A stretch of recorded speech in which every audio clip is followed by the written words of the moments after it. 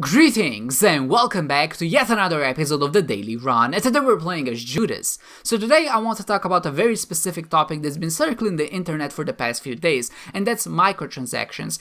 And I usually tend to stay away from topics like this because they happen to be quite controversial, and regardless of what opinion you have, regardless of how effective it is, regardless of how much you research it, someone is gonna call you a dummy, and I try to tend to avoid that, at least in public. Obviously, when there's a good debate with a person, that tends to be a little bit more relaxed, but on the internet, it's very easy to be criticized, regardless of what your opinion is, regardless of how critically you present it. But I feel like this is an important topic enough to actually just shed some light into it, and maybe not give you my opinion, but just to maybe give a little bit of a retrospective on what used to happen in the past, just so maybe we can remember how the landscape of gaming has changed over time and why I think that's a little bit disconcerting. So first of all, why is this topic even being brought up in the limelight in this current day and age?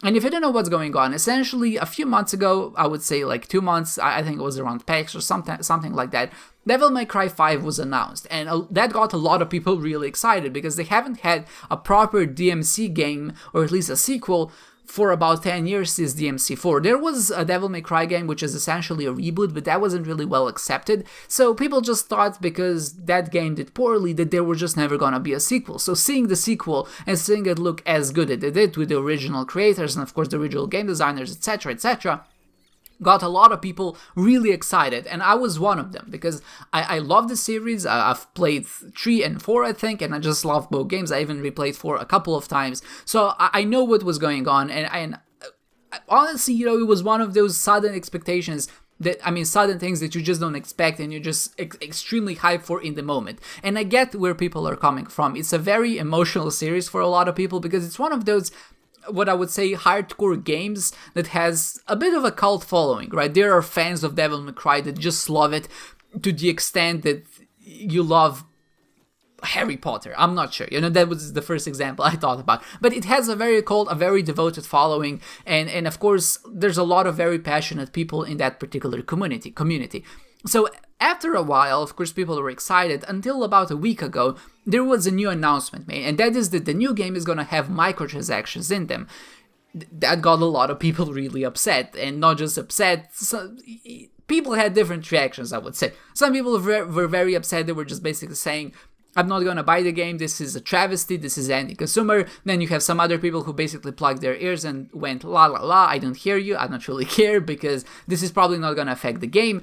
And now what we have is, what I would say, 2 very divided groups, one claiming that this is not going to be a big deal, and the other one claiming that this is the end of a disaster of some sort. And I think both of those groups are kind of exaggerating in their own right. They're both pulling at the opposite end of the strings. But most of all, without trying to present my opinion here, why I think this is a bad idea, or at least how certain practices have become normalized in the past, is very disconcerting. So if we go back and rewind our time a little bit in the past, I do remember when basically all games had LAN support. So if your game had multiplayer support, you could actually play it over LAN with your friends as well, or you could play it with a bunch of buddies. Maybe you would set like a LAN party. That was a thing that used to happen in the past, and at a certain point, game just stopped having that support. And of course some people were upset. They were like, well, this is not really a good thing, right? If you're gonna invest your money into multiplayer, why not add an additional thing? Because a lot of people enjoy that, and a lot of people still would enjoy that, but of course there just wasn't enough demand. Gaming moved on a new platform via the internet. A lot of people didn't really play locally, so the developers saw it as a waste of time to invest their money and their resources into developing that separate mode just for what I would say a minority of people. Sure, it's a business decision, that's what happens, right? So we but we go a little bit forward into the future, and at a certain point, now suddenly games have gotten DRM. So not only can you not play your games offline, they're stuck to a certain platform like Steam, for example. And I'm not saying that all games are like this. There are actually quite a handful of games, or I would say quite a lot of games, that don't require you to always be connected online. But there certainly are games which require you to be connected online, even if they are offline single-player games, just because the game does a lot of checks in the background to see if you have a legitimate copy and things like that. Now, when that first came out, a lot of people were riled up and were very upset because, hello, I bought this game for $60, I own it, why can't I play it offline? Why do I need to check out on the server? And of course, there were some compromises made here and there, so if the servers went down, they would release a patch which would make it DRM free, so you could actually play your games offline. But of course, some games never got that treatment, and some games just don't work because of that. I don't have any concrete examples right now, but that's not even really the point I'm trying to make here, so just go with me for the sake of practicality. So, of course, as that progressed, a lot of people were very upset about that.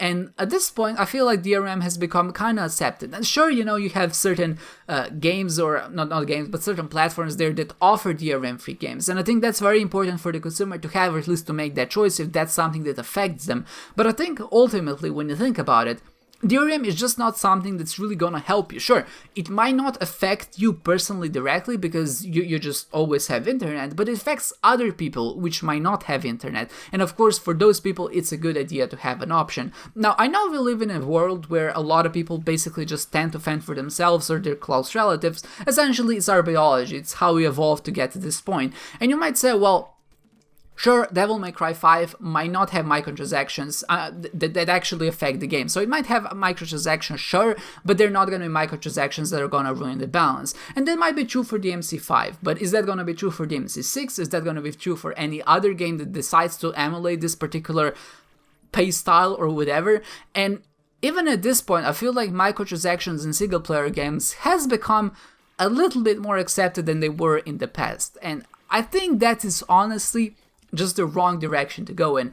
I'm not trying to say that this is like a slippery slope fallacy, which a lot of people really like quoting whenever you bring up something like this, but the past has shown that people usually tend to have an outrage over something because it's anti-consumer, and then that practice slowly gets accepted because the media propagates it. And of course, because we're a people, we like playing games, we want to have the new Devil May Cry, we're gonna buy the game because it's an IP. We're not gonna buy it because I don't think anybody supports microtransactions. I don't think that is something that's even ubiquitous. Even the people who are defending it right now are just saying that they don't think it's going to affect the game, but obviously if there was a choice, they would rather not have them in the game, because microtransactions, I don't think you can make a point for this, just have no way to make a game better for you, unless I guess your idea of fun is spending money, but I don't think anybody would really equate fun to spending money.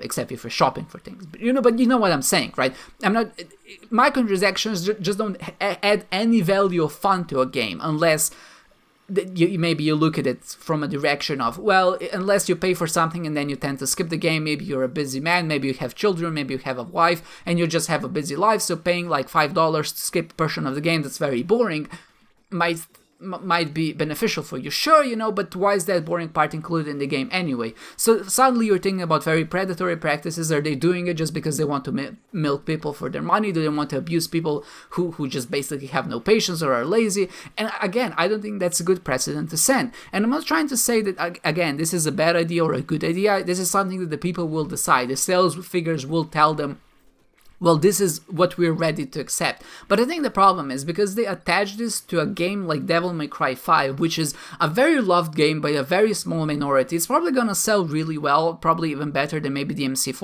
or anything like that, just because the hype is immense. Obviously, there are gonna be a lot of new people trying it, but I think what's even worse, a lot of people won't even give it a chance because it's gonna have microtransactions. And what the developers in the end will see, or at least the people running the operation of trying to get as much money as possible, so the company is just going to see the sales figures at the end, and they're going to see, well, this game sold better than the previous game, but they're not going to have an idea of how much better it would have sold if it didn't have microtransactions in it. So that's what I think is the problem here.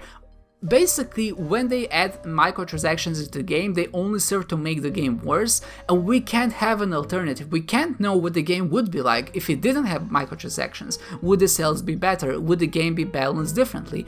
Sure, we believe what people might say, the game might not feel grindy when we actually play it, but we don't know if the alternative, by the game not having them in the first place, would actually be more fun. There's just no way to make a conscious objective choice. So how can we know if microtransactions are going to be a bad idea if we just start blindly accepting them? I think it's It's just about looking at what their potential costs and consequences can be and deciding to go from that. Now, again, I'm not saying you shouldn't buy the game, I'm not saying you shouldn't support this practice, I'm not saying you should, I'm not saying anything here. I'm just trying to say that over time and time again, when you're faced with the games industry, sure, there's a lot of people, creative people working behind the scenes, but ultimately these are companies trying to make products, and games have become products to a very large extent, especially large AAA titles that are being published by very large publishers and companies. They're trying to make money, they're trying to capitalize on a booming economy of some sorts, of just many more gamers, and there's more of them every year to come. So they will try everything in their book to essentially maximize their profits, and that's just how the world works, right? That's to some extent capitalism. They're just trying to do everything they can in their power to see how much money they can make, and of course it makes sense from their perspective, and it's up to us to decide where the line is drawn. I'm not saying that we won't draw the line somewhere. I'm sure if they release something like, well, you can't play Dante unless you pay 10 euros for it or 10 bucks or whatever, people will be like, wait a second, that's too far. I don't think it's ever gonna come to anything that ridiculous, but I think if we're not careful and just look back, we will soon be faced by a future that maybe we don't want to find ourselves in. That was maybe a little bit confusing, that was a little bit trendy, it was off the record, I didn't prepare any of this, these were just my fresh thoughts on the subject, because I did engage in a couple of Twitter debates, which were actually more productive than I thought. Usually people say that Twitter debates are just bad for your soul, but I found that in this particular instance they were actually quite productive.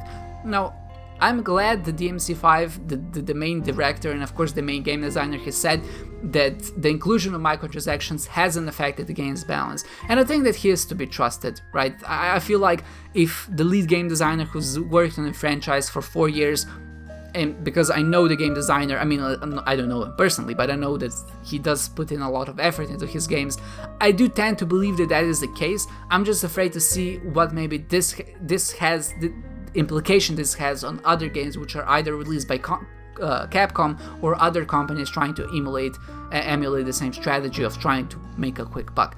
And I guess only time will tell. Maybe this is not a big deal, maybe it is a big deal, but I do think it's a good idea that there's a discussion going on of people actually trying to choose a side. I'm just begging you to maybe look at the facts, try to do some research for yourself, and just think of the consequences such a thing can have for the economy. Form your own opinion, and then of course decide if you want to buy the game or not. That's all I have to say for now. This was very rambly, this was very long, but again, I think it's a topic that's important to actually be brought out in the spotlight and just maybe have an open discussion about it. So let me know what your thoughts are. I would love to read them and respond to them. I'm not leading in any either side at this point. I'm just basically saying that it can have positive, it can have negative consequences, but I do think, just by the virtue of how the industry has progressed, that a decision like this will tend to have more negative consequences in the future. And maybe it won't ruin the franchise now, maybe it won't ruin the games we love now, but it might have a very adverse effect on games that come out in the future. So that's all for me, that's all for now. I hope you enjoyed this one, guys, and I hope to see you next time.